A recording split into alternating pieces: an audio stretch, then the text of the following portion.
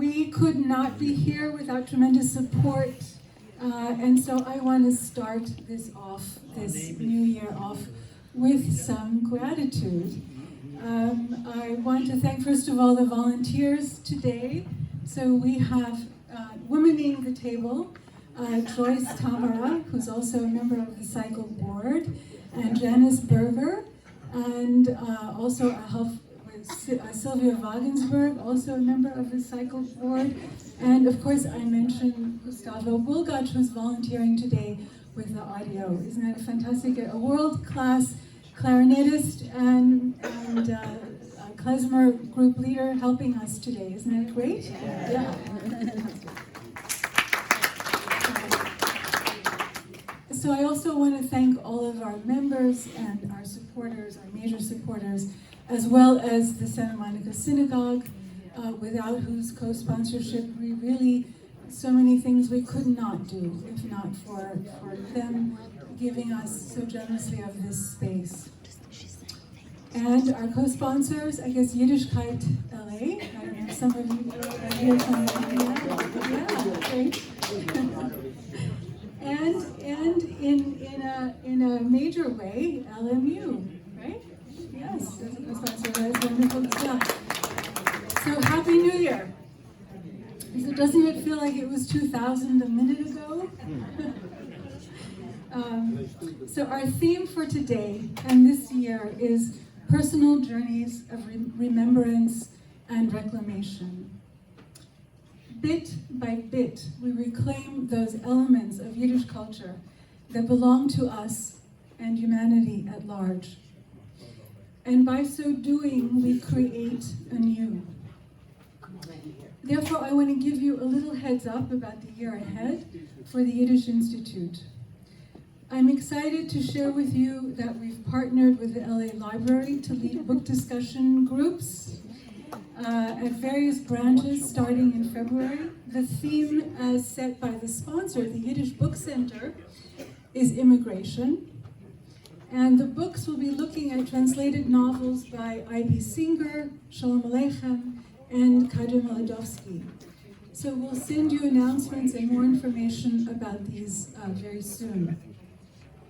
And together with our co-sponsor, the Wilshire Boulevard Temple, we'll also be hosting an event around the film screening of Black Honey, which was a recent film, an Israeli film, about the great Yiddish poet Avram Slutsky. And in May, again in the library, we'll be part of a program of ghetto songs and poetry featuring Harriet Benish and the Los Angeles Jewish Children's Choir. So you'll be receiving announcements about all of these soon, and if you're not on our email list, please do sign up at the end of this program. 2020 has gotten off to a rollicking start. I imagine all of us in this room can't help but be troubled in some form, because we're all educated and thinking and compassionate people. My close friends know that I personally have for many years been in deep, agonizing grief over the ongoing ecological disasters. My bedrock education and previous 20-plus years profession as an environmental planner renders me more sensitive to such issues. Why am I mentioning this? Because when we come together, it behooves us to at least acknowledge the elephant in the room, if not the elephant on our shoulders, and the high anxiety which we are all under, and for good cause. I'm certainly anxious. I come from a family that survived the major scourges of the 20th century. And in the 1970s, I worked for the scientists who predicted all the effects of global warming. I directed major planning efforts to address pollution entering our rivers and oceans, and I've even structured municipal programs on how to deal with hazardous waste. So you might wonder, what am I doing in front of you with all this Yiddish business? when an entire continent seems to be on fire, and when political turbulence is at a global peak.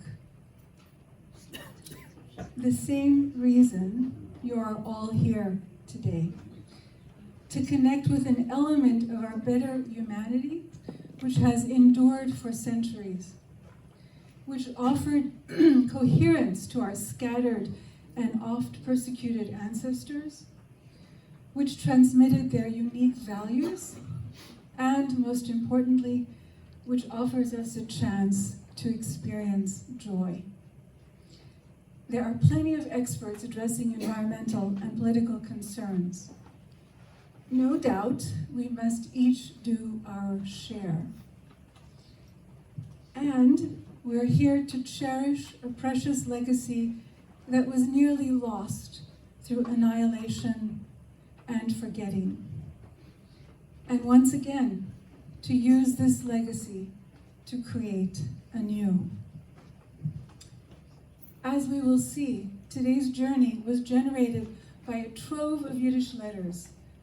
I personally have had the privilege of translating hundreds of Yiddish letters, journals, and even memoirs in rhyming stanzas.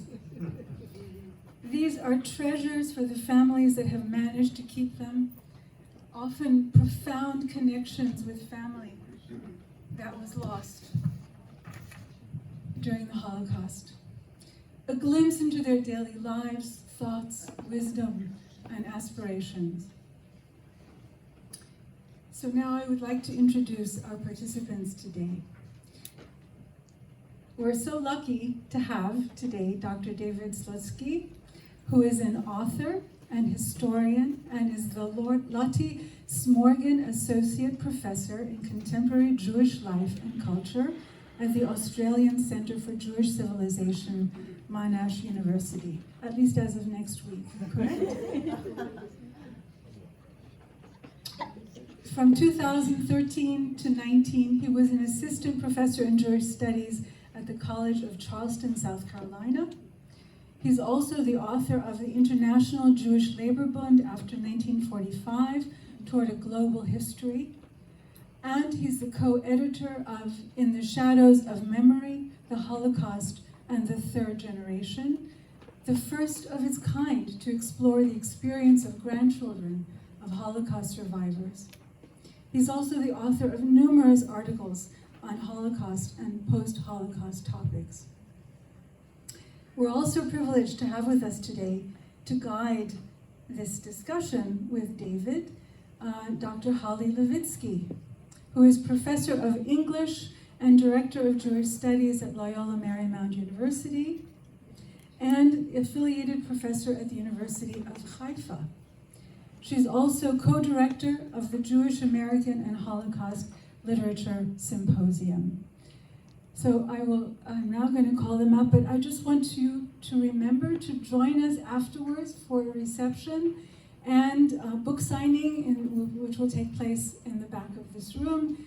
And if you have any further questions of the people participating, please do so in the social hall after this. Also, just one other thing about Yiddish. Cindy Paling is offering a course that starts at the end of January at Skirball Cultural Center, and it's about Yiddish songs of labor, right? Yiddish labor songs and the Bund. And so if you want more information about that, check the Skirball website. Thank you.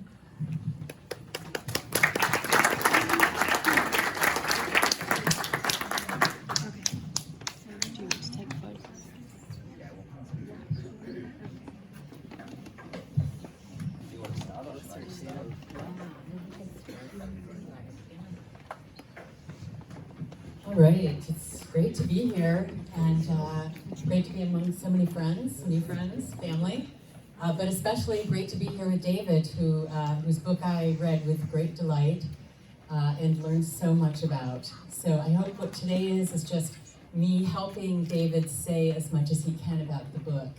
And I think we're going to see some pictures and some readings, and so it's going to be a really great day.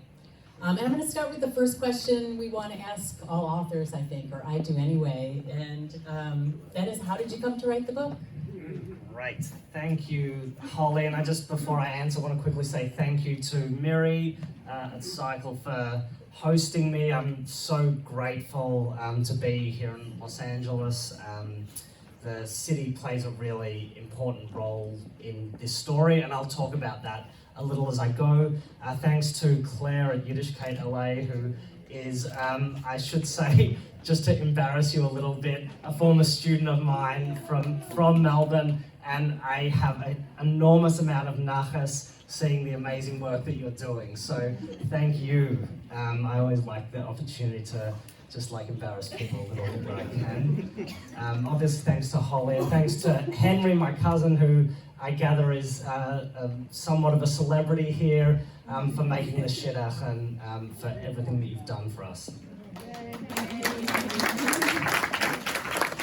So, in terms of how I came to write the book, so I guess the catalyst was my father passing away and I'll talk about what the book's actually about, because some people are probably wondering, so I'll get to that in a moment.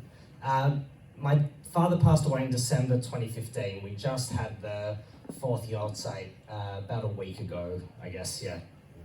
And I was obviously, it was a big shock. He was here in Los Angeles.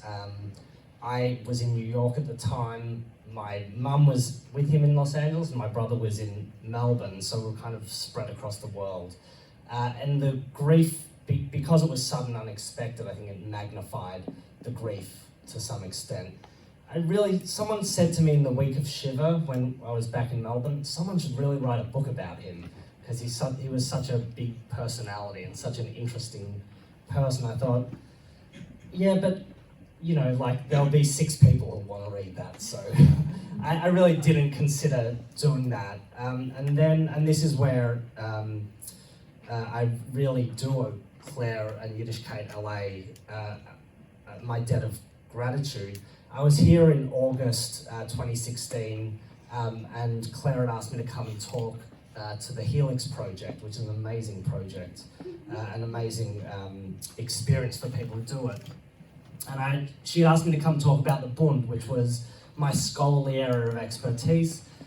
And I also happened to grow up in a Bundist family, which is a kind of strange thing for a kid born in the mid-1980s in Melbourne, to grow up in a Bundist family and in a Bundist youth movement and go to a school founded by Bundists.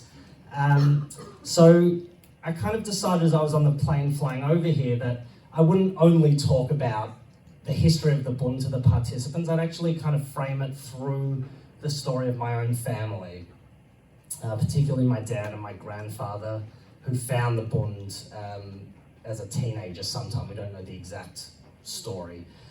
And that was really the first time I sort of thought seriously about writing about this stuff. It was therapeutic to some extent, but also the response I got from the participants made me think there's something kind of interesting here that people might want to hear more about and read more about. So I got on the phone in the seminary that they were holding it at. I went back to my room in Pasadena, and I called up Helen, who's sitting here. Wave to everyone, Helen. Thank you.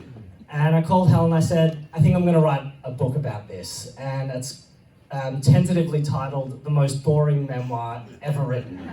Because I kind of thought, like I said, no one wants to read about a kid who grew up in Melbourne in the 1980s and 90s. But actually, the more that experience talking at Yiddishkeit made me realize that it was a pretty weird experience to grow up on Skiff Camp, that is the Bundist youth movement and summer camp. It was pretty weird to go to a Yiddish day school. And once I started thinking about, what I was doing with those things, I linked it back to my dad and my grandfather and this much longer history of how my family got to Melbourne. So, I thought this is a story worth telling. There are parts of the story that haven't been told that much in terms of books on 20th century Jewish history. So I thought, okay, there's a lot of sort of moving parts here, and I got to figure out a way to weave it together. But really, the impetus if there was one, was Dad dying, and that sort of made me think about the strange, in ways strange, albeit idyllic childhood that I experienced. It's a unique book. There's no question about that. And I do want to get to the details and what the book's about and how you weave both the personal and historical together, the multi-generational. But I wonder if you can now add a little bit to how you went about structuring the book, or how did you think about structuring the book when you first got to that point of saying, yes, this is going to be a book? So when you read it, you'll see that it's not chronological. I don't start in a certain point and finish in a linear fashion. And partly that was because the first chapter I wrote was the one about Dad dying and the experience of grief. And what I realized, this was about 9 months after. And I realized that the kind of state of mind I was in at the time was a very foggy state of mind. There was nothing that kind of, in those first weeks that made a lot of sense. The way I remembered it was kind of impressionist in some ways, that sometimes the details were sparse, but I just had these vivid impressions of how I felt and how I saw the world in those moments. So I wrote that chapter first, and the way it turned out was, there's some sense of like, here's the story and here's how it unfolds, but also, as I wrote, and writing is a creative process, you don't, despite what I sometimes tell my students, you don't just like plan it out and it just comes to you. Start at the beginning and end at the end. Exactly, So as I wrote, that kind of sparked ideas, memories that kind of wove through, and I wanted to kind of be true to the ways in which those ideas were coming to me. So I didn't too much want to say, okay, this experience sparked this memory, and I'm going to set that aside and come back to it later. I want to kind of, put it where it made sense in the way I was remembering it. And this is part of, what I'm doing with the book generally, is that memories I don't think are neat and linear. They come when you least expect it, they're messy, they change over time. What I remember and what my brother remembers or my wife remembers, they're sometimes polar opposites. So I wanted the book to reflect that messiness a little bit. And so there's ways in which, I think a reader might want it to be a bit neater. And one thing I was adamant about was I didn't want to guide you too much, because I wanted it to reflect just that state of mind when, most people in here I imagine have experienced grief to some extent or another, whether it's death, whether it's the end of a relationship, whether it's moving countries, and grief is tricky to deal with. And so I wrote that chapter, and that became a model for the rest of the book. And there was a lot of moving around the pieces in the jigsaw puzzle to try and make things fit. But yeah, it's kind of in some ways like a walk through my subconscious a little bit. Messy, but also very organized in its own way. Okay, let's talk about one of the first, in the beginning. So the book weaves together stories of yourself, of your father, of your grandfather, and one of the first stories situates yourself in the story and the history about being raised in the Jewish labor bund in Australia, and about the Warsaw Ghetto Uprising commemoration that you organize in Melbourne, right? Or organized. Yeah. Do you still do it? No. Okay. Not since the one I described. Okay, so we can go into that a little bit later. But can you maybe start us out on a little bit of the background of the Bund specifically, but then also even more specifically the Bund in Australia? Sure. So the Bund was, it still exists in Australia. It's really the only place where a Bund organisation exists, although my friends in Paris and London and Tel Aviv disagree. But this is, I think, a technical point. But the Bund is a more than a century old political, cultural, social movement that was founded in the Pale of Settlement. Its first sort of convening meeting was in 1897 in Vilna, the same year that the Zionist movement was founded. And, that's not simply a coincidence that these two significant mass movements of the Jewish 20th century emerged in roughly the same period. The Bund, so it was founded in the Russian Empire. It was very active in the 1905 failed revolution in Russia. Its membership numbered maybe in the tens of thousands at that stage. This is like the very simplistic thumbnail sketch. With the Bolshevik Revolution in 1917, because some Bundists joined the Bolsheviks because they saw the opportunity, but the organization itself was swallowed up by the Communist Party, and by 1924 it was basically dead in the Soviet Union, and it resituated itself in interwar Poland, newly independent, where it became a legal movement for the first time. And what it did, and I think this is the period that's really significant to my story, it established this broad network of cultural, political, and social institutions like trade unions, children's and youth movements, women's auxiliaries, sports organizations. Right, the story of sport among Jews in interwar Poland is a fascinating one too. And so what you get is a movement, and the Bund's not the only one doing this, but it happens to be the one we were attached to. You get families like mine who are in some ways born into the movement, and for each of their life stages have a school to send their children to, a summer camp to send their children to, a union that they can join as an adult, and all these broad networks that sort of create a sense of mishpacha, or family. And so that's basically how the Bundists viewed it. They were creating a family. The Holocaust decimated the Bund.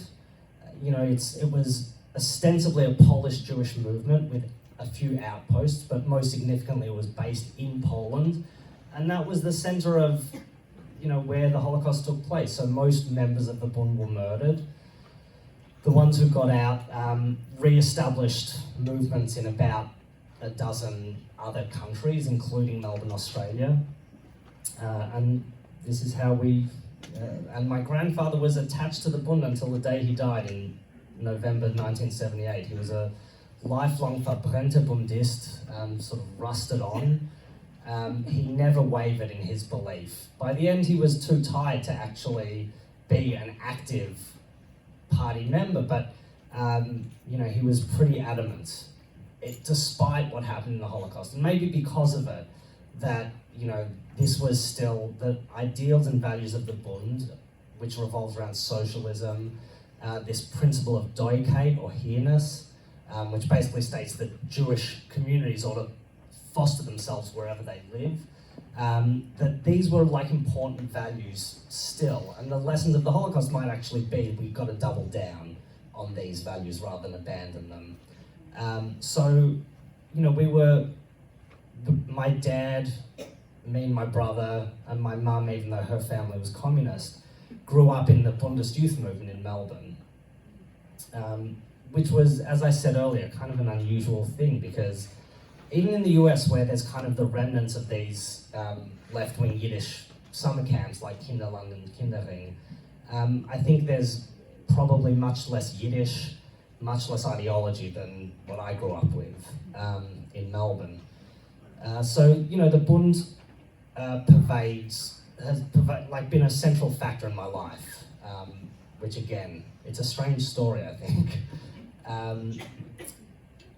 The Bund in Melbourne was founded in 1950 so just to get a bit more micro, founded in 1950 by survivors and refugees.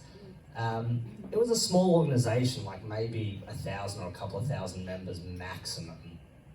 But I would say had an outsized influence on the local Jewish community and on left-wing politics in Melbourne as well. The involvement of Bundists in the Labour Party, that is the sort of major left party in Australia, was significant in a period in the 60s and 70s.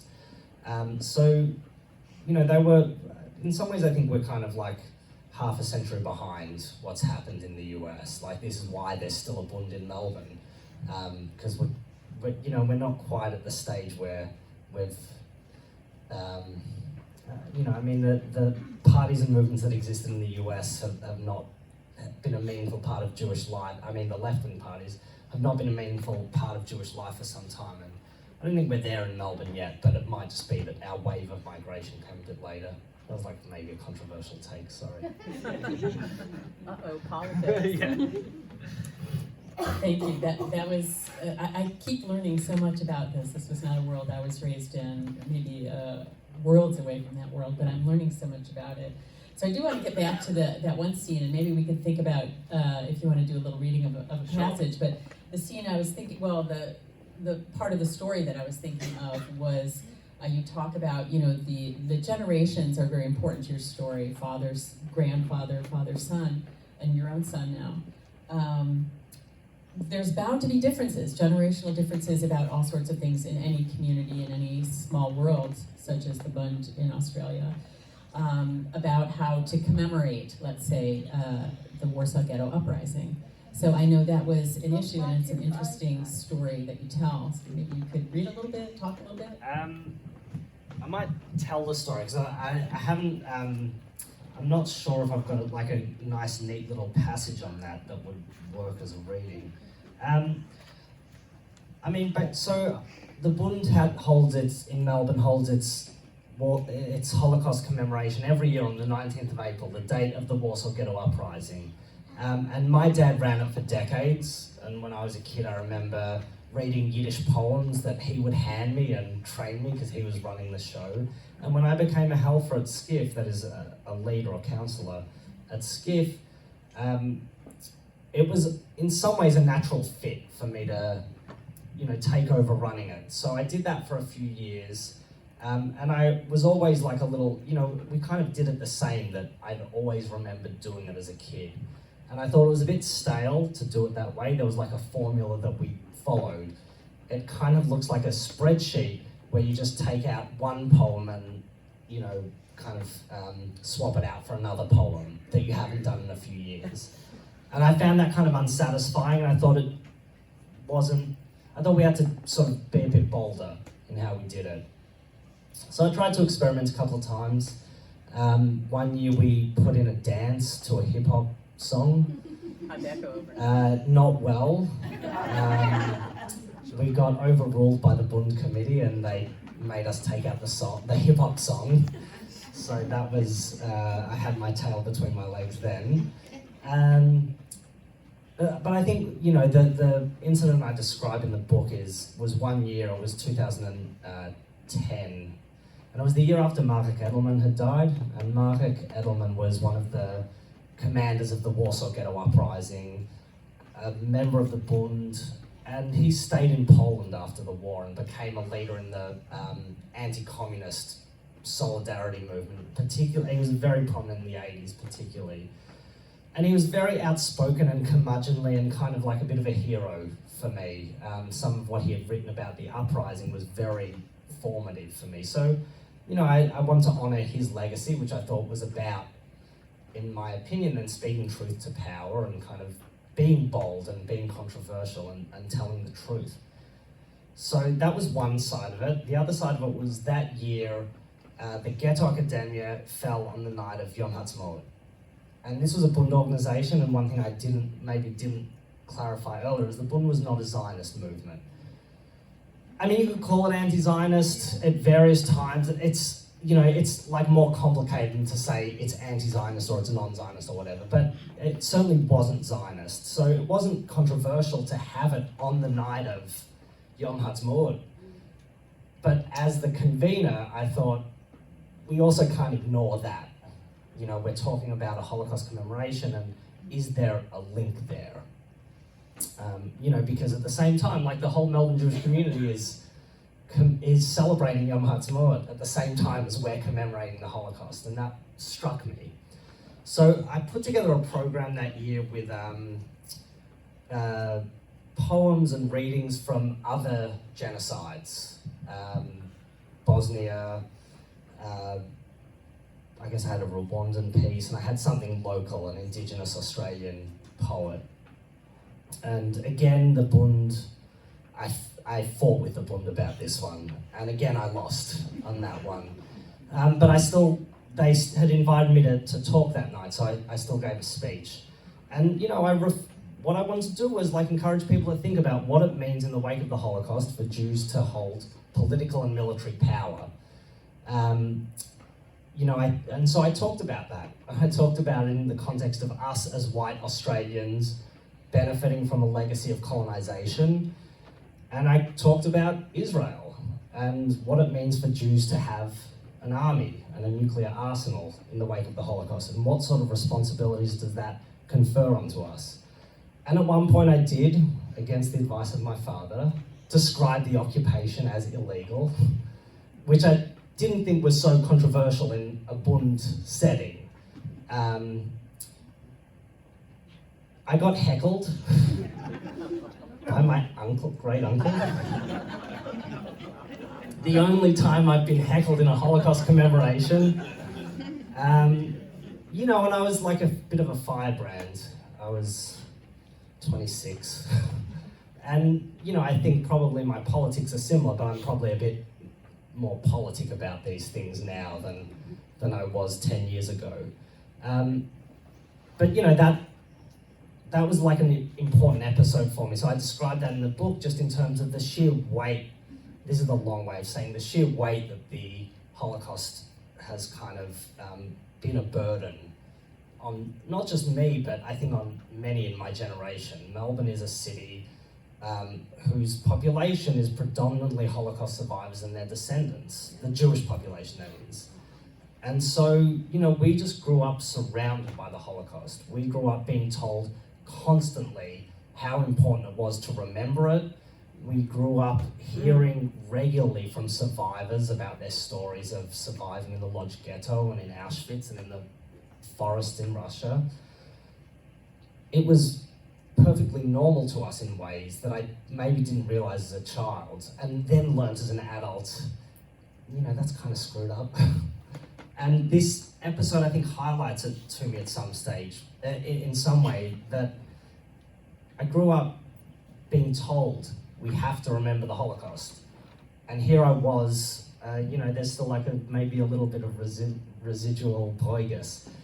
Here I was trying to, remember the Holocaust in ways that I thought were current, relevant, meaningful, that might speak to younger people, that might encourage us to think some, rather than just kind of do this ritual over and over without thinking. And I was rebuffed, and sort of annually rebuffed by people in my dad and people in his generation. And so that was like a complicated thing for me as the, grandson of survivors, and I had survived, all four of my grandparents survived the war in the Soviet Union.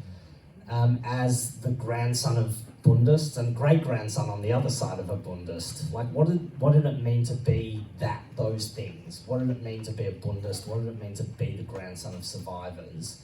And what does it mean to inherit that legacy and then be the one that's charged with carrying it on into the future?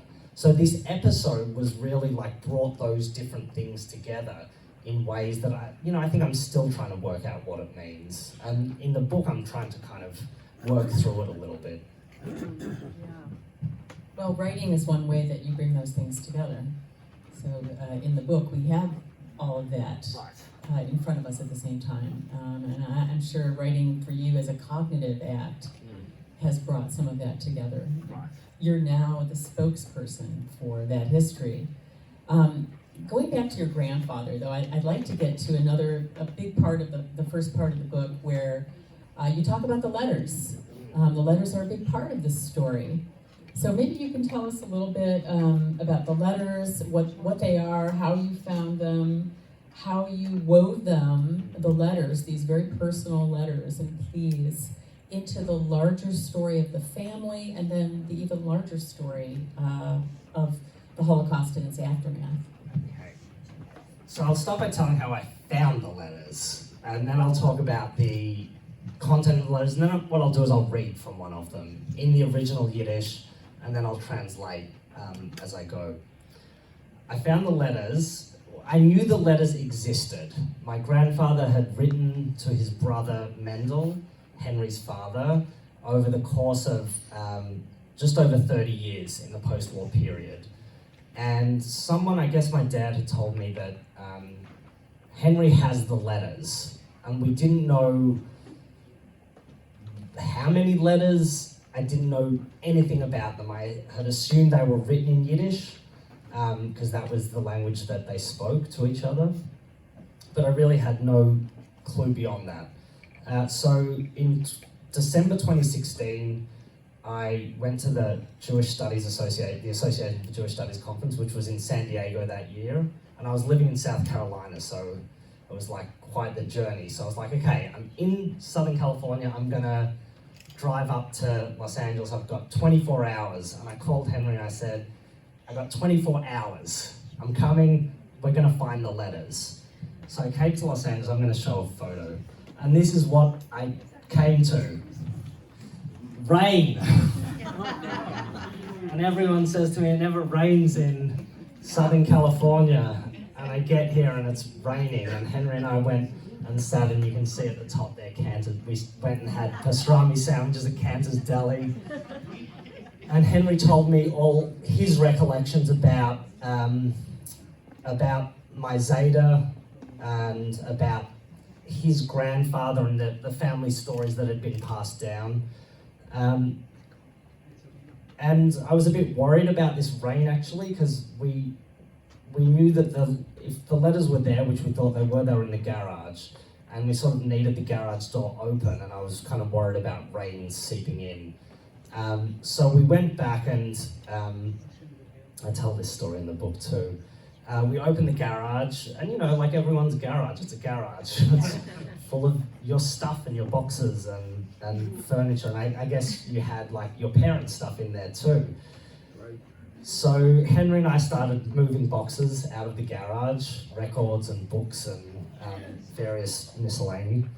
And I was climbing over empty boxes and climbing over furniture. And once or twice I thought a cabinet was going to fall on me. And somewhere like kind of about halfway back into the garage, in a pile that was about as tall as me, I saw this little brown box, and Henry described the box, yay big, brown.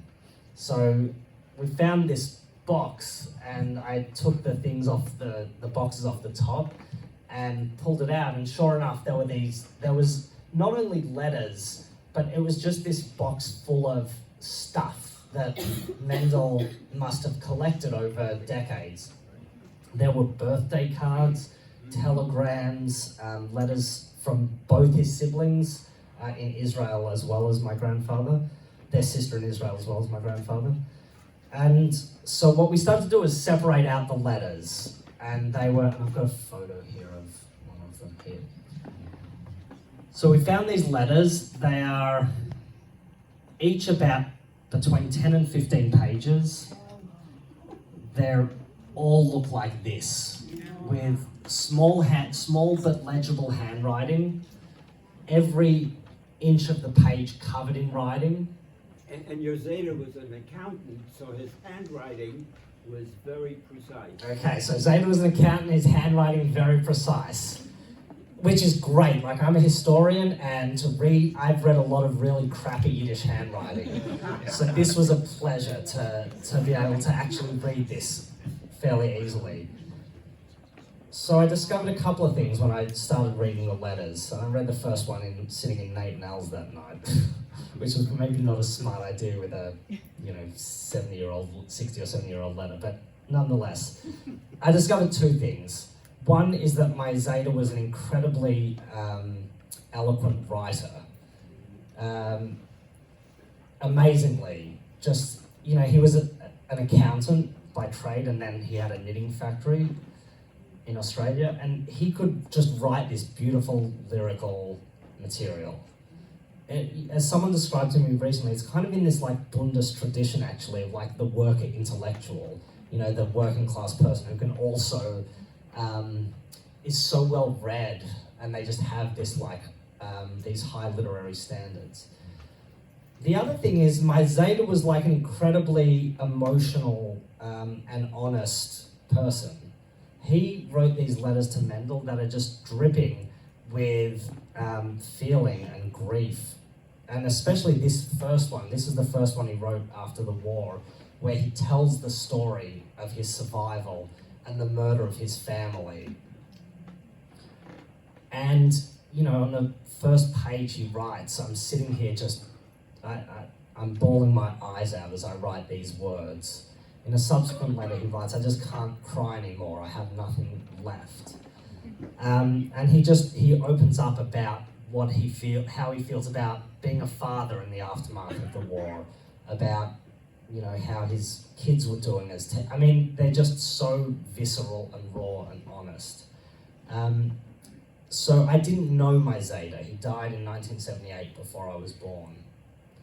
And he was kind of this elusive figure.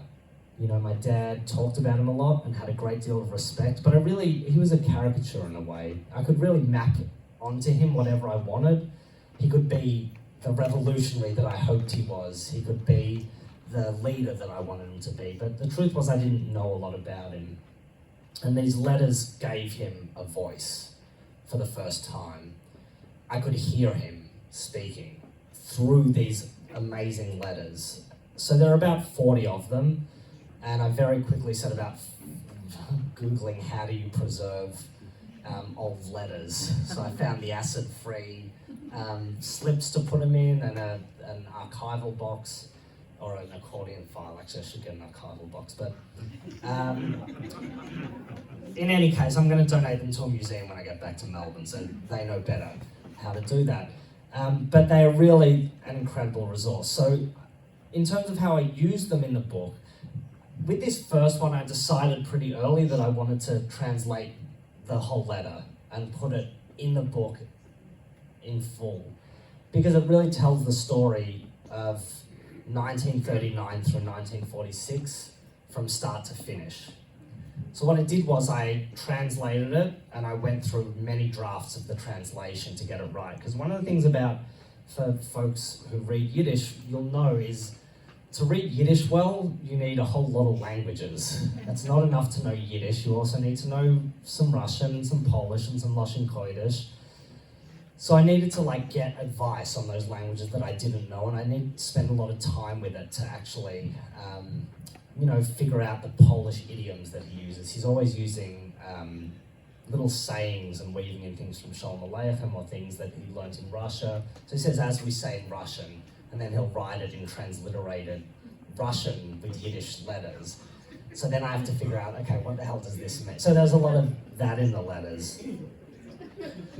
So I translated this first one in really great detail, and I realized, if you're just reading this, it's not going to make that much sense. I have to interpret it at the same time. So the way I put it, it's chapter 3 in the book, is, I interpolate my own commentary as a historian. So when I spend a couple of pages describing the town he lived in interwar Poland, Wrocław. I described and this is relying on the work of amazing historians around me, the Polish Jews who ended up in the Soviet Union. Some 300,000 Polish Jews escaped Poland when the Nazis arrived, wound up in the Soviet Union, and, by a stroke of dubious luck, survived under Stalin, and according to at least my grandmother, because of Stalin.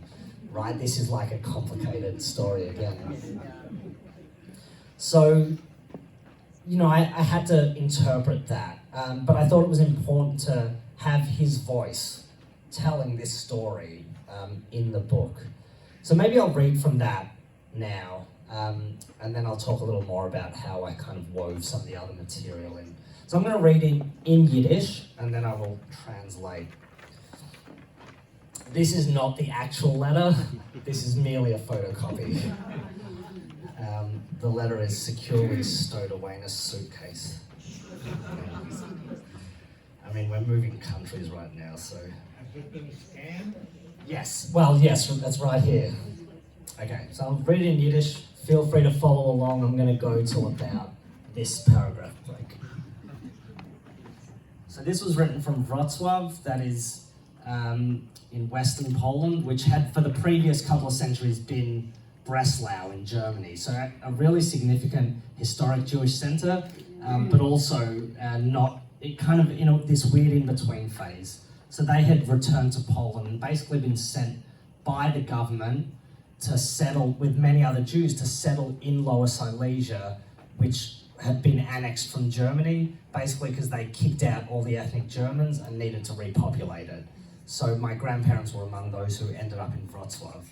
By the way, I just went there, and if anyone's looking for a great holiday destination, a vacation destination, Wrocław is beautiful. My little plug for Wrocław tourism industry. Okay, I'll read in Yiddish. Wrocław, dem 1. September 1946. Meine teure Mendel, Rochel und Henri, die erste Werte meinen zu euch, meine Liebe, müssen sein, das Ausdrücken die größte Freude, was hat mich und uns allen beherrscht in meinem zerbrochenen Leben, das, als ihr alle gefindet sich zwischen die Lebendige. Gewinn abgerissen von allem und allem in 7 Jahre Zeit vertrieben sehr weit. Nicht verloste Hoffnung auf Nissim, nicht auf kein 1 Minute nicht aufgehört trachten wegen unserer Teire, wegen mein Teire Gittel, Teire Sundlach, Teire Chasche, wegen euch Teire, wegen die ganze Mischproche unserer und noch. Und erwartet sich die freiliche Minute, wenn wir haben zwischen alle genug tragische und treurige Ideas, der halten hat euch a freiliche bis gar Idee, als ihr hat euch abgeglichen sich zu retten von den mörderischen hitleristischen Lappes. Die ersten Minuten, bis hat sich noch gemacht die Gelegenheit nach dem Appell von den hitleristischen deutschen Banditen, habe ich angehoben suchen in alle Seiten, wonach es ist möglich gewesen, unsere Sprache und nannte. Aber leider erhalten treurige Ideen und zwischen sie haben wir erhalten von Frankreich einen Brief zu dir, zurück mit der Zuschrift, als du bist nicht da.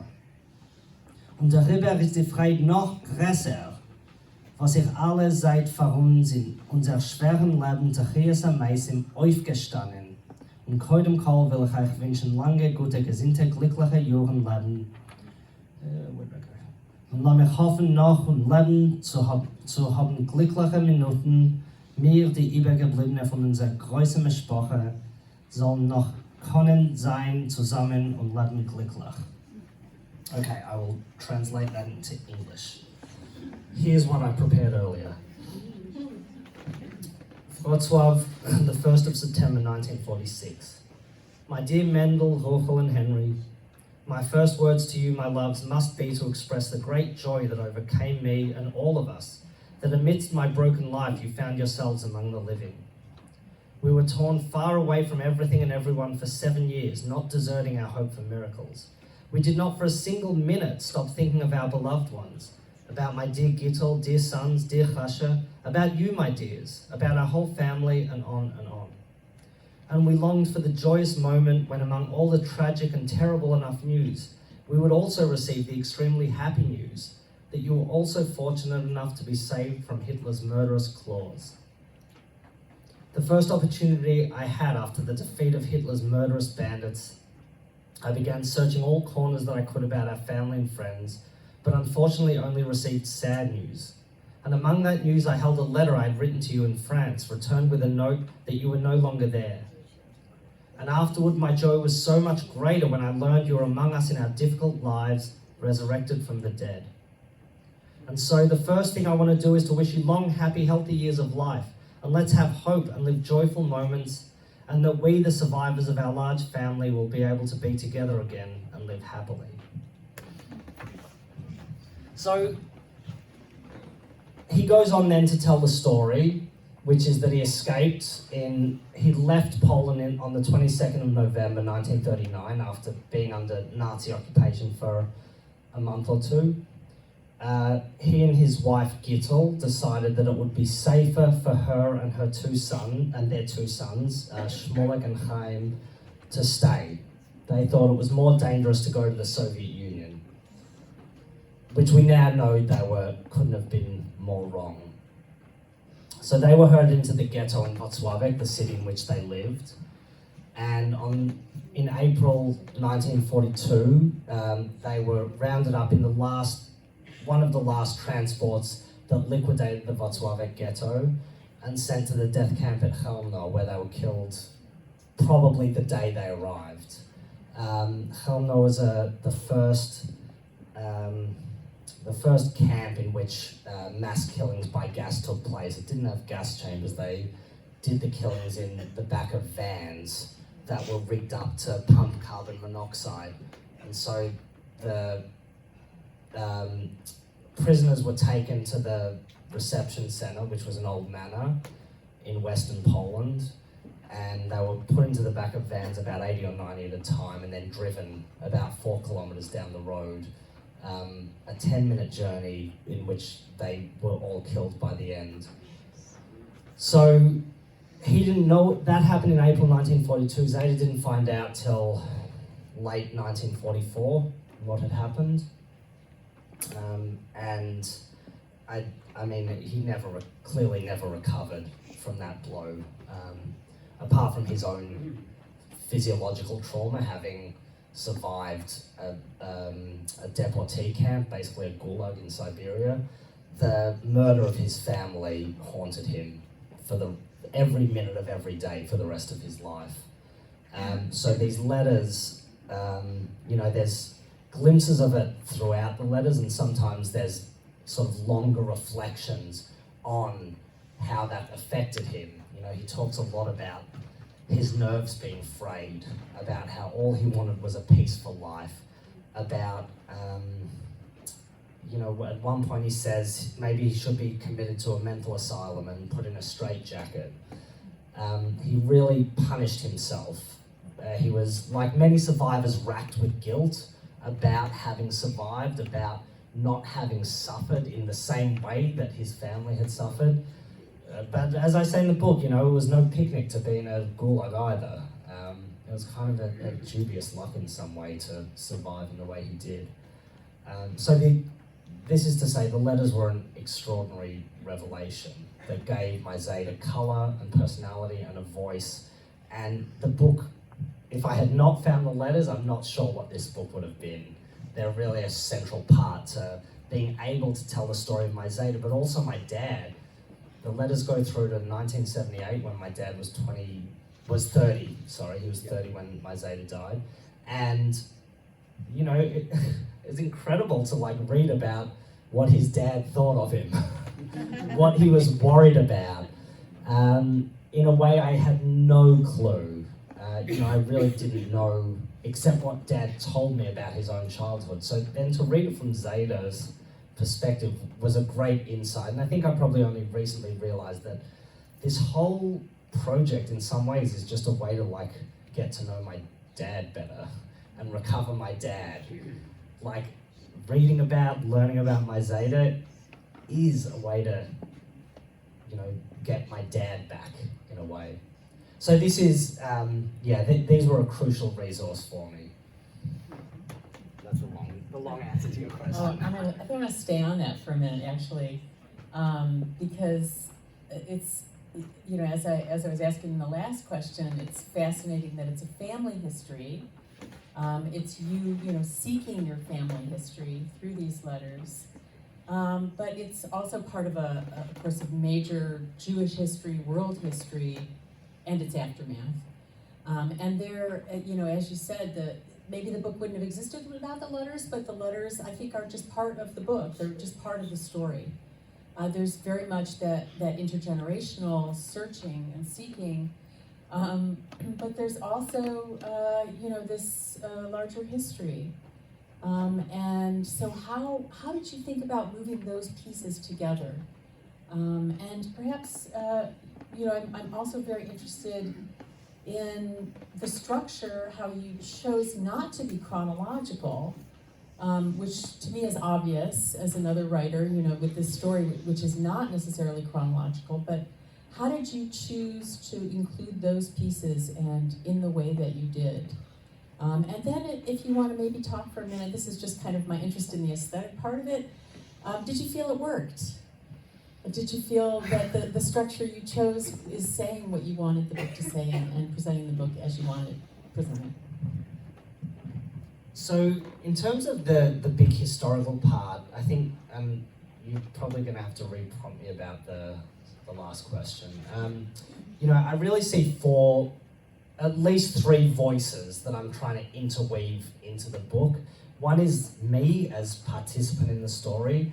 Another is me as historian interpreting all of what I'm seeing. And a third is the telling their story, kind of a narrator of my dad and grandfather's story. And I guess a fourth voice would be my Zeta's own voice. He, apart from this chapter, he crops up again and again through the letters, which I quote a fair bit.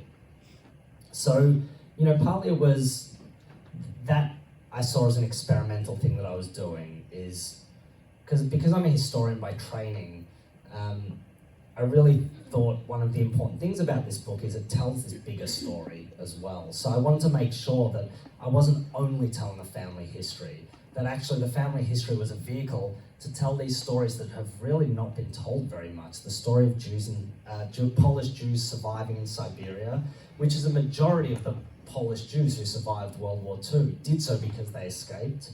The story of Jews in Melbourne, in Australia. The story of the Bund, and its sort of long 20th century history, which is now kind of a bit trendy among young leftists we had Caroline and I talked on a panel recently about why young Jews are really attracted to the Bund. I really want to tell those bigger stories and kind of weave them all together. Aesthetically, do I think I hope it worked. It worked for me. So, but I was going to ask, did it work? No, because I think sometimes as a writer or as a scholar, when we put our material together, there are a lot of options. So I'm just, thinking, you may just answer, yes, it worked. No, I feel good about the way I approached and how I did it. I wouldn't have wanted to tell something that was too neat, and I really resisted, one of my, when I give a rubric for an essay with my students, one of the criteria is always, is this easy to read? And in some ways I wanted to resist that. Like, I didn't want to make it too easy, because it's a hard story. Like, so many parts of the story are difficult, like grieving about losing your father, grieving about losing your sons and wife, and then having another family. It's not an easy thing to read.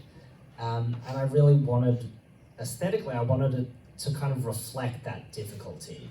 I remember going to the Jewish Museum in Berlin for the first time, 2004, 15 years ago, a bit over 15 years ago. And they have this room, I don't know if anyone's been, but they have this kind of like memorial where you go in and it's all these tall trees, I think, and the ground's uneven, and you kind of feel disoriented and a bit dizzy actually, and maybe nauseous in my case. And that was the feeling I wanted to capture a little bit. Like, I wanted it to be a bit disorienting because I think the story is disorienting.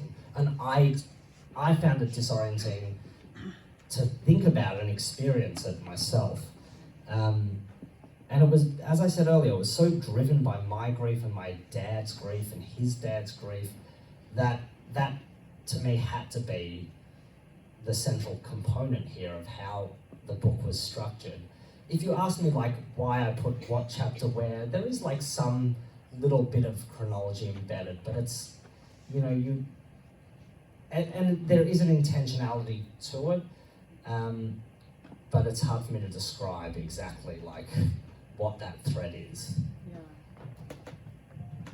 I know we want to get to audience questions, so I just have a couple more thoughts and questions, and then hopefully we can open it up. Yeah. And if you have something else you'd like to read. Yeah, I think there's one more passage I'll read when I get a chance.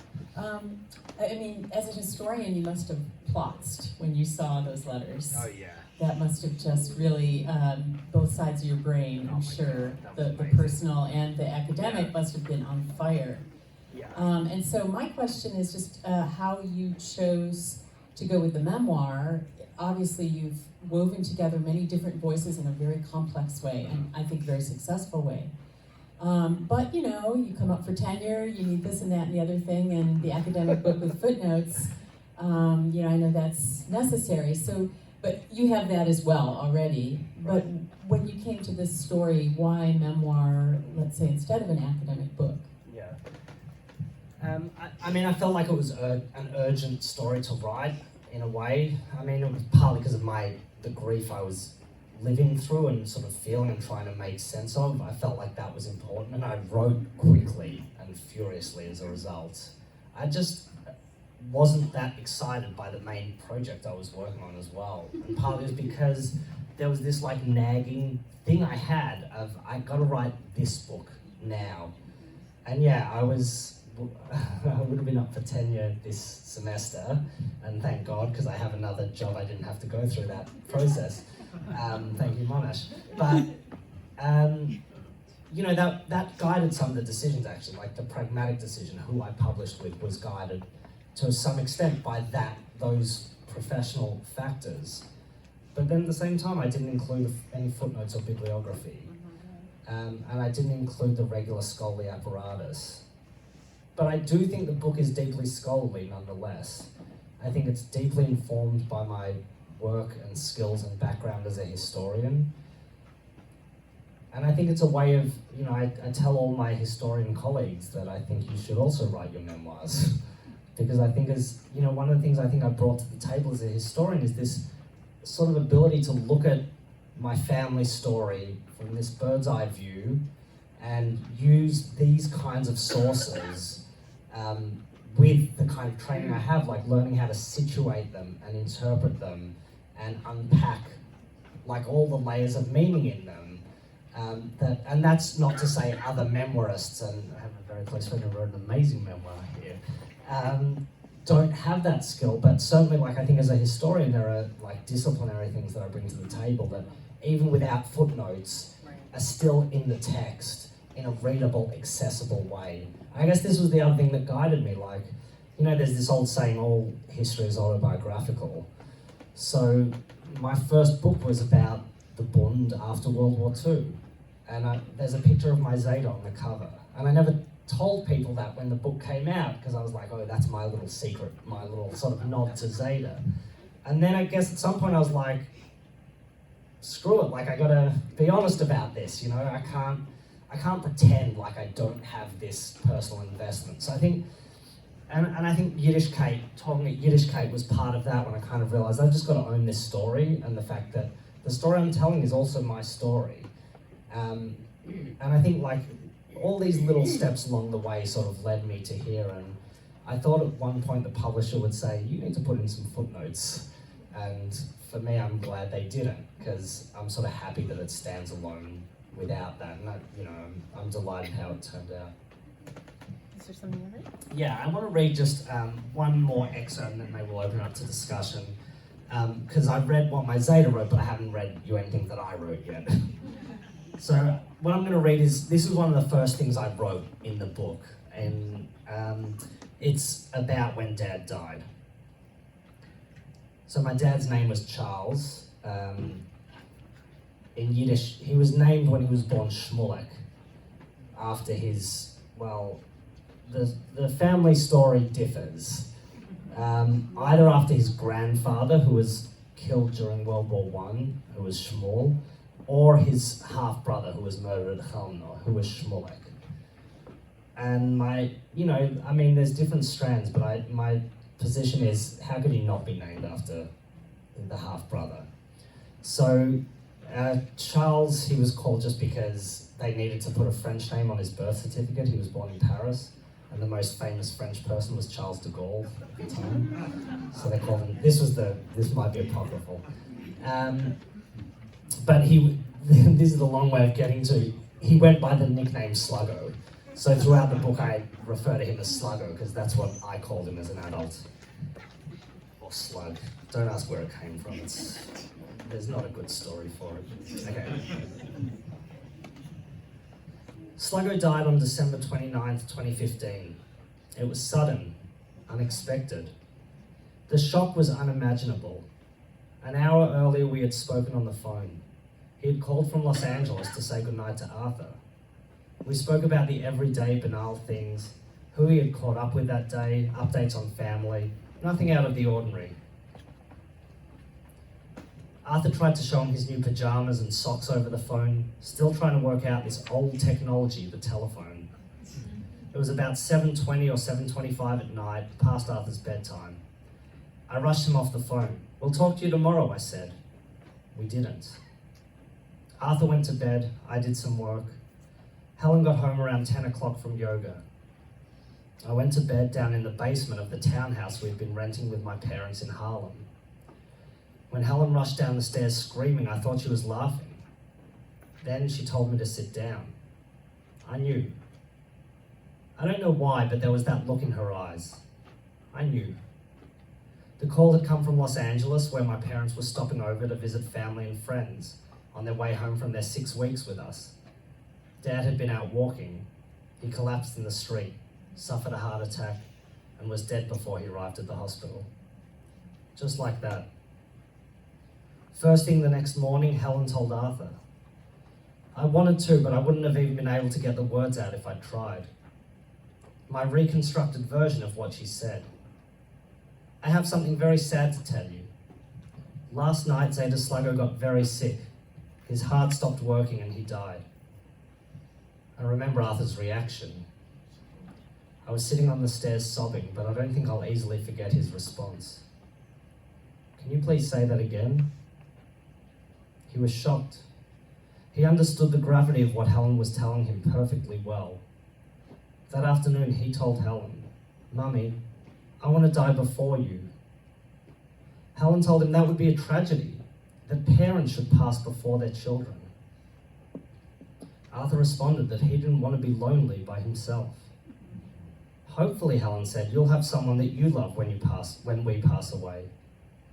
But now Bubba Mish is lonely by herself, he answered. Forced to face his own mortality at 3, conscious of how Zeta's death affected us all. I'll leave it there. I'll talk a little more.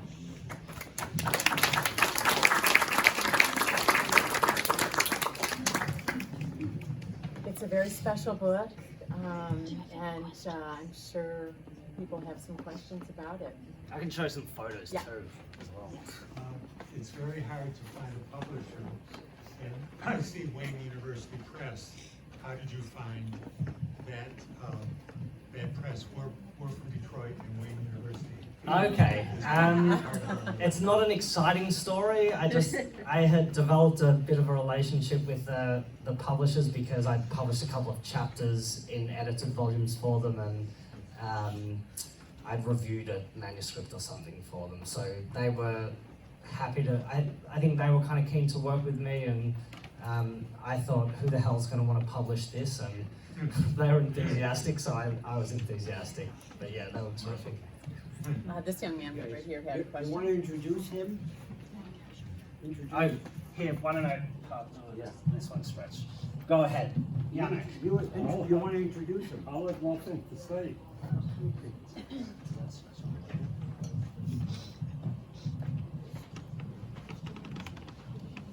Since you come from Australia, I figure you know the history of the Kadima. You do? Yes. I'm very happy.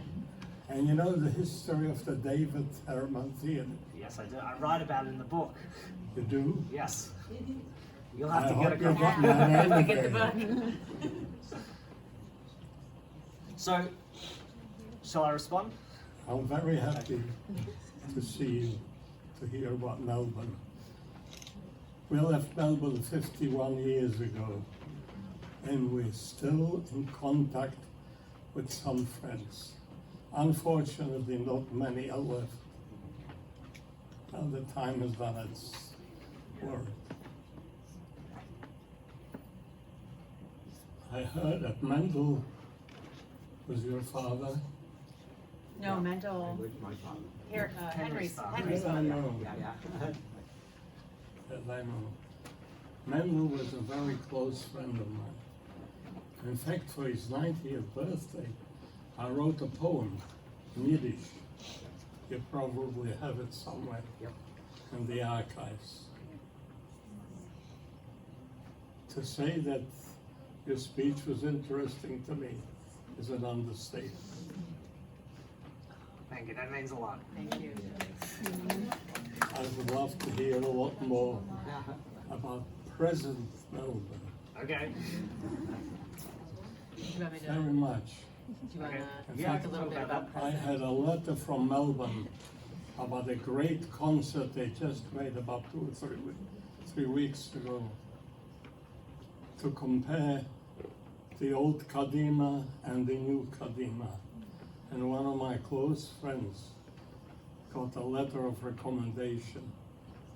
Maybe you know about it or you heard about it. I'm not sure which, from who? Helen Jacobs. Okay.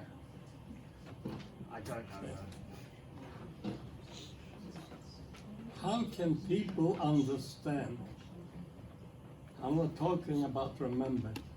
How can they understand that a group of Holocaust survivors, at that time we didn't have a name, came to Australia, the other end of the world, and they wanted to occupy it. We came for our first meeting with the old theater. You heard the name of Yasha. And we created the David Terraman Theater. Like a bunch of hungry guys, everybody wants to have a piece of it. I didn't play more than 50 years. We came to the United. Do you want to? So, Yeah, yeah, I think I'll we'll say read. Maybe something. we'll read. Here, I'll take this. Do you want to read a little bit about the theater? I'll say or do you something want to say about a it, few yeah. things? Thank you so much. So I don't need to tell Yannick the history of Kadima, but I will give just a little more background for everyone. The Kadima was, sorry? Yannick, here, who did? Oh, Yannick Levin, the Yiddish poet and an actor I was from Melbourne. if you're allowed to speak Yiddish here. I mean, I think there are people who don't speak Yiddish, so I'm going to stick in English. That's why I Um, spoke English. But the Kadima is Australia's major Yiddish cultural institution. It was founded in 1911, based in the northern Melbourne suburb of Carlton until the mid-70s. Oh, I don't want to butcher the date, but sometime in the mid-70s when the Jews moved south of the city, it moved too. It's still there, it's kicking on. They've revived the Yiddish theatre there, which is amazing. They're not bringing it, but I think it's part of their revival, the fact that they've revived it. Yiddish Fiddler, which has been playing in New York for the last 2 years, is coming to Melbourne. So if you all want to see Yiddish Fiddler on the roof, you got to come to Melbourne now. What accent do they do it in? Miscellaneous. So, I mean, the Yiddish scene is in some ways very lively in Melbourne today, but I wouldn't say like hordes of young people are growing up speaking Yiddish. It's still a small community. It's, I would say, still a shrinking community. At the same time, there's like amazing people who are teaching adult classes several times a week now through the Kadima. Monash University still offers Yiddish instruction. There's still a Yiddish day school. So I would say it is among the most lively still today Yiddish speaking communities in the world, at least secular Yiddish speaking communities. Great. Yeah. Henry? Just another side of the story, just to fill some detail. My folks left Warsaw in the mid-20s, and in 1931 they were back in Warsaw visiting. They went to Paris and then visited Warsaw again in 31. That was the last time that they saw Jacob Yankov before the war. So he went through the war, the Holocaust. We separated were not in contact until, as you heard in the letter, after the war. Yankov came to Carol's and my wedding in 1959. Oh, thank you. I have a photo ready to go. We didn't even plan that. Yeah, there's Yankov. There's Henry.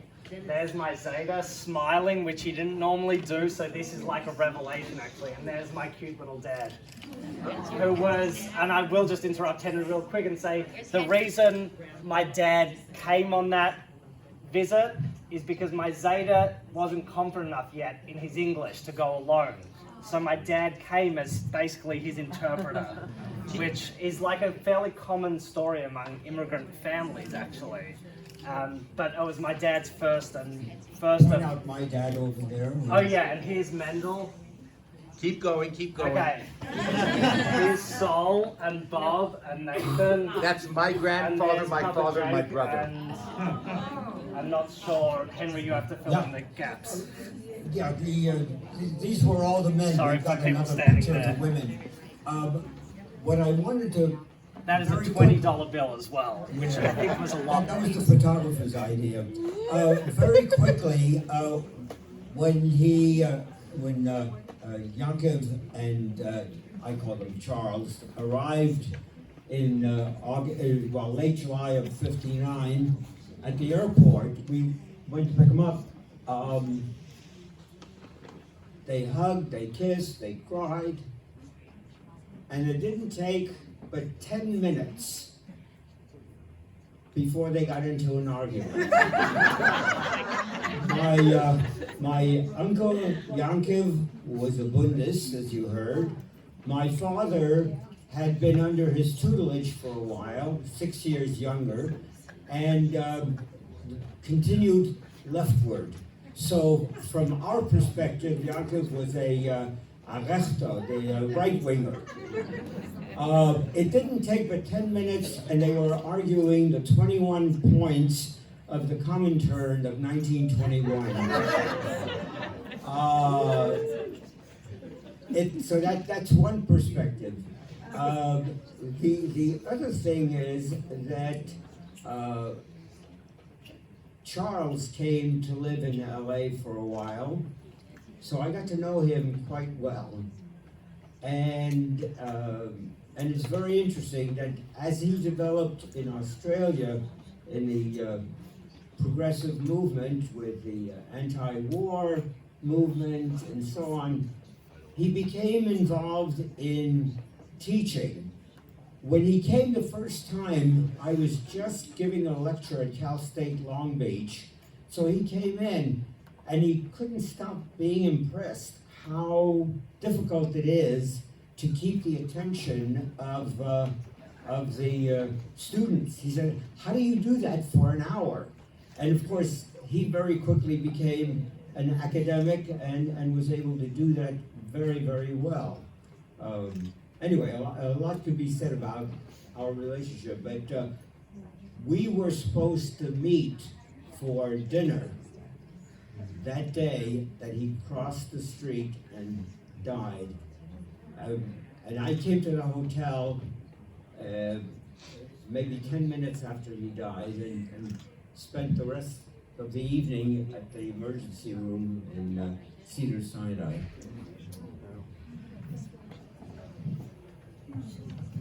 Yes, ma'am. I wanted to ask you about the title. And then when I read the title of the book, I decided that I wanted to come. Great. And I want to know why you chose a beautiful title, but there might be a story behind it. Thank you. There is a story behind the title. I'm glad you asked.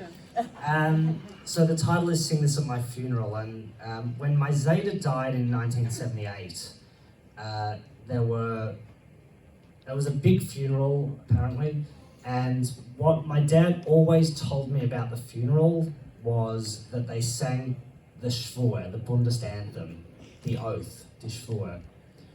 And he would always follow it up by saying, whenever we'd sing the Schwur together at a Bund function, he'd always turn to me and say, make sure you sing this at my funeral. So we sang it together at a function in New York on the 26th of December 2015. It was there's this festival called Yiddish in New York, and every year they have a concert, like a big gala concert. And this year, that particular year, the theme was about songs of the Bund and honouring the legacy of the Bund. And so the first thing they did was sing the Shvur together. And here's me and Dad literally singing the Shvur together that night. I took a selfie for posterity, and you know, what we didn't know is then that, you know, just a few days later he would be dead, and we did sing it at his funeral a week after that, once we finally managed to get him back to Melbourne. And he had about 1,000 people at his funeral, and you know, the Bundist in Melbourne printed out song sheets and passed them around, and we sang the Shvur at his graveside. You know, that title was a really last minute addition actually. Like, the working title was something about ghosts. Because one of the motifs that runs through the book is about these ghosts that haunt me and hover, and that haunted my Zeta and haunted my dad.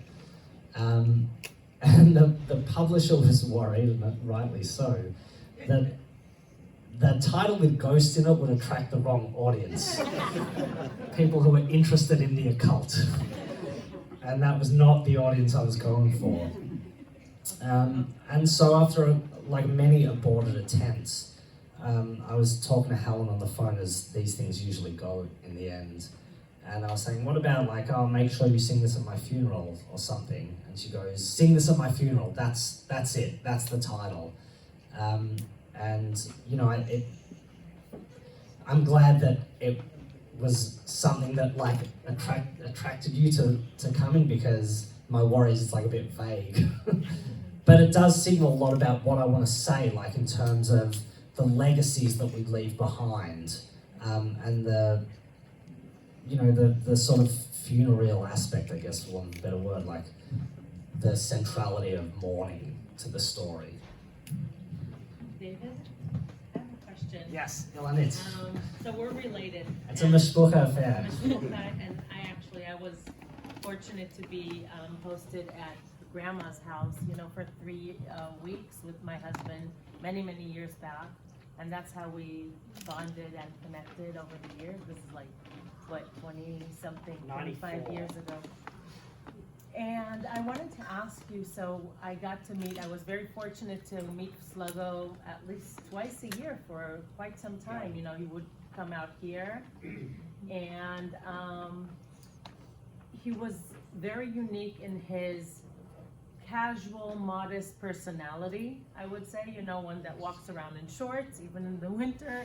and I was wondering if through your investigation and reading the letters of your Zayde, did you find any similarities in the personalities between the two?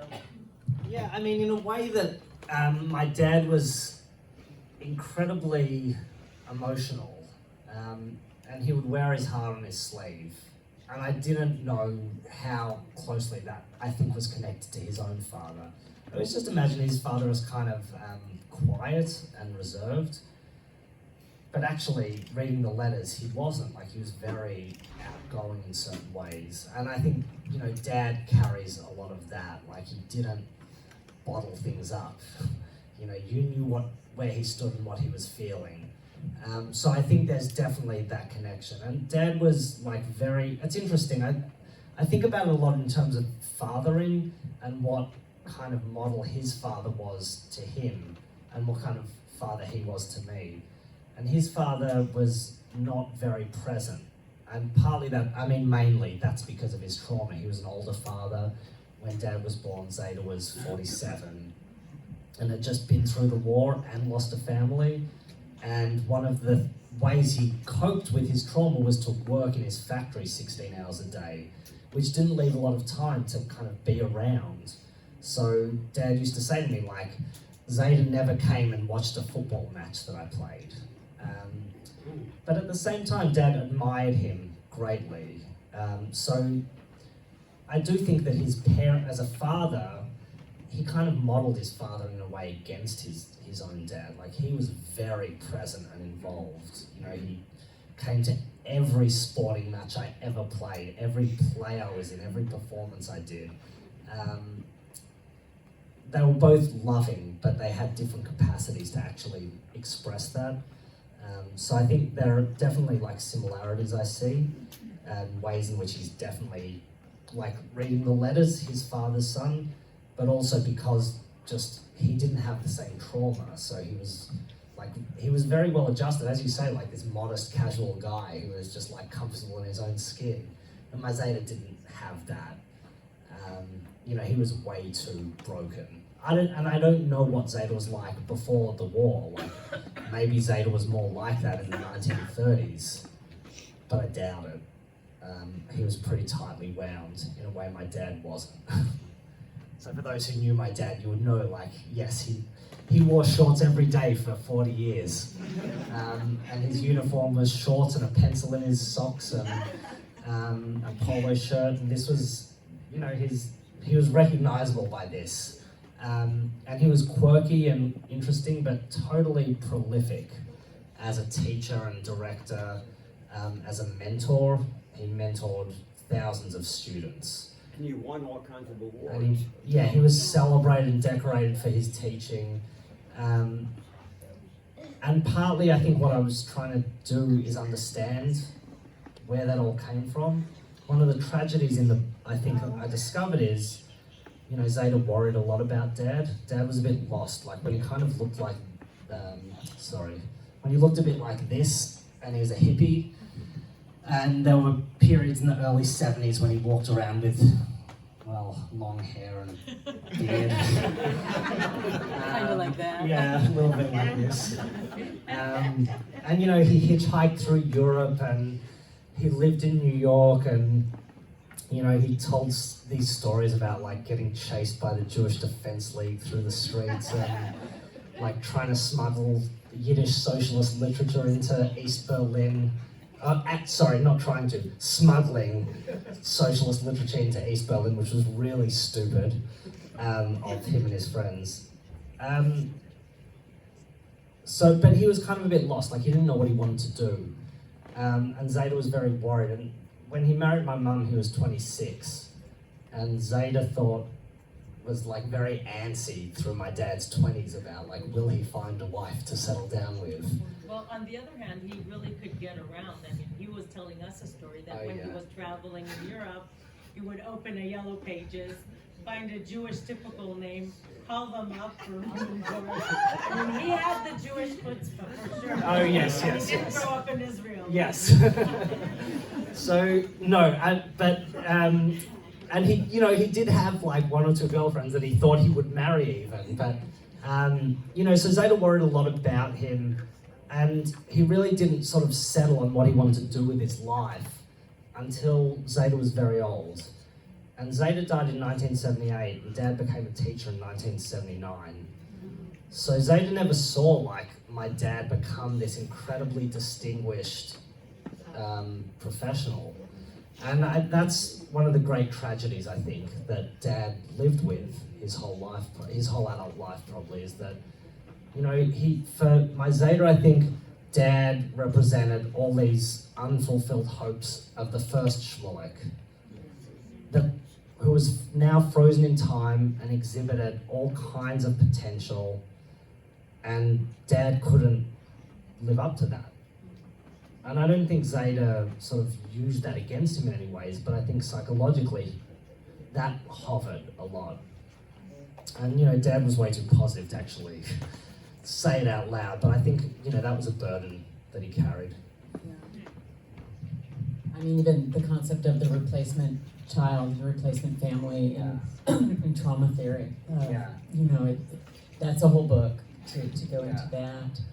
I know we need to close. We have one more question. Okay, we have time for one more question. I'm not sure. If that'll stretch. Can you? Yeah, let's see. I'm not part of your family, though I have known Henry since he came to the U.S. a few weeks after he came to the U.S. and showed up in Camp Kinderland. And I've known him ever since the, what, 1944? Yeah. And this whole discussion leads me to a, I think, more profound understanding of dove, of generations passing. I think I've got about 50 plus years on you.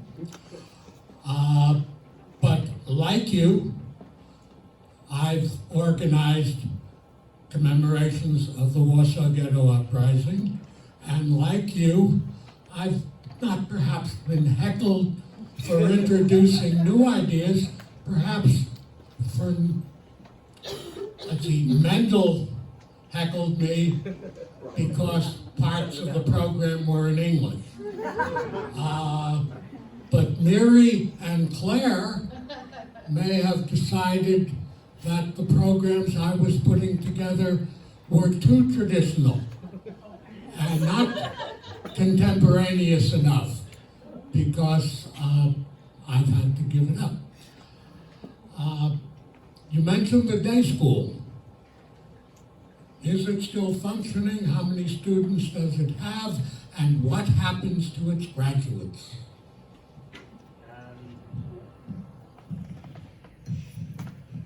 Occasionally their graduates become Jewish studies professors.